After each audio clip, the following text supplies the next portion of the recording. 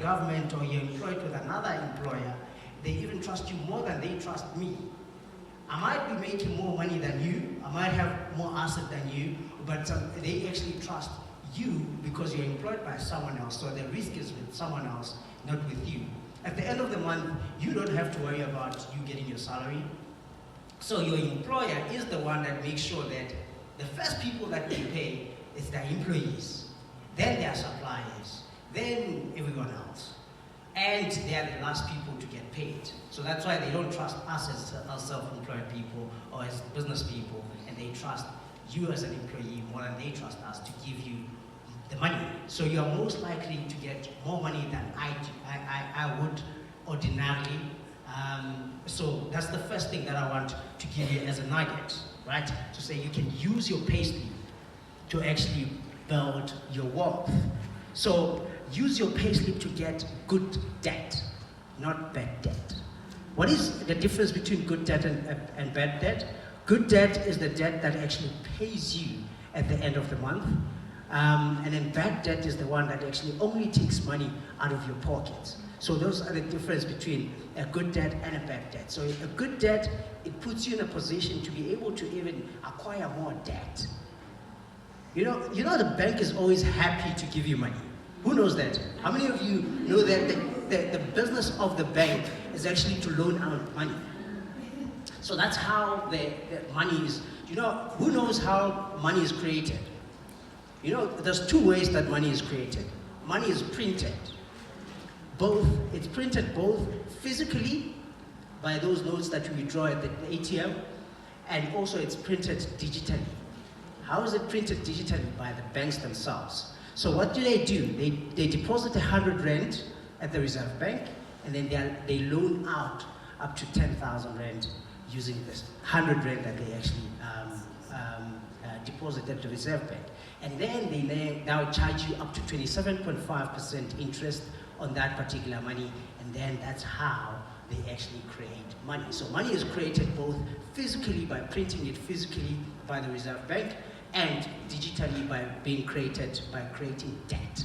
So the bank needs a reason to give you money. So one of the reasons, when you go to a bank and you say, I want a loan, I want to take my kids to school, but your kid is not guaranteed a job. So it's risky. It is a reason, it's risky. So that's why they charge you a high interest rate, right? And then you say, okay, I want a loan and I want to buy a car. That's a reason. But also, you can crash that car and not stop paying them. And the car is a depreciating asset. And also, you can lose your job and stop paying. Now they have to repossess. Now they carry costs to collect that car and then resell it to someone else. So that's another process that they have to incur the cost. It is a reason, but it's a little bit risky for them.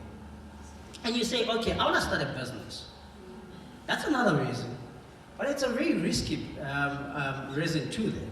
To say, okay, we want to give you money, but your reason for us giving you the money, it's a little bit risky. But then they sat as bankers around the table. I can imagine how this bond came about. Bankers came around and sat on the table and they said, okay guys, how can we loan more money in a most secure way, right? And they thought of a property. So then they said, okay, here's an asset, it's immovable, so we know that 10 years from today, this piece of land, it's not going anywhere. 50 years from today, this piece of land is not going anywhere. The same amount of land that existed 1,000 years ago, it's still the same amount of land that exists today. God is not making any new land. So therefore, you must make yourself a favor, Bantana Vasekai. Grab yourself some land. Own a piece of Africa, so that you can be proud to be African. You can't just call yourself an African without owning a piece of Africa. So therefore, the bank saw that to say, okay, this is not going anywhere. No one can come and steal this land. You can go home, I can come back 10 years later. This land would still be here. It can be hijacked, but not stolen. So therefore, it's a good reason for the bank to loan you money. What do they then do? Okay, this is a safe asset for us to loan money against. So therefore, we can even extend the loan to say, okay, for the next 20 years, you can pay us back. We are comfortable.